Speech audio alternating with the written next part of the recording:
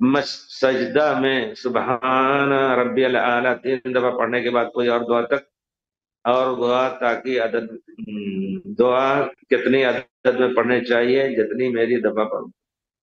سجدہ کے بارے میں پیارے رسول نے فرمایا ہے، رکوع کے بارے میں ہے کہ اس میں قرآن نہ پڑھا جائے۔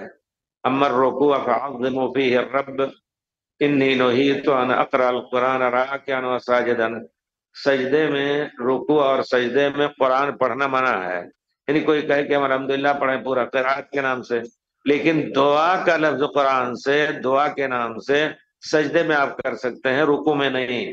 امر رکوع فعظموا فیہ الرب، رکوع میں زیادہ سے زیادہ سبحان ربی العظیم، سبحان ذی الجبروت والملکوت، جو تعظیمی الفاظ ہیں وہ جتنا کہیں، پھر سمع اللہ لمن حمدہ کہہ کر کے سجدے میں جائیں تو کم سے کم 2-3 مرتبہ سبحان اللہ، جیسا کہ علماء کی تعین ہے، پھر سبحان اللہ، سبحان ربی العالی، سبحان ربی العالی، یا سبوح قدوس رب الملائکۃ والروح۔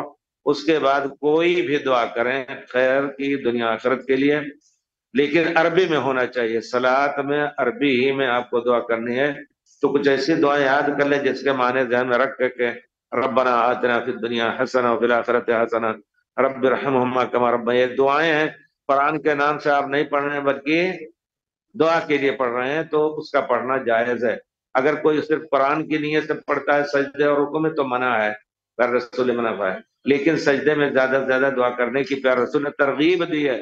اقرب ما یکون العبد من ربہ وہو ساجد، اللہ سے زیادہ قریب سجدے کی حالت میں ہوتا ہے۔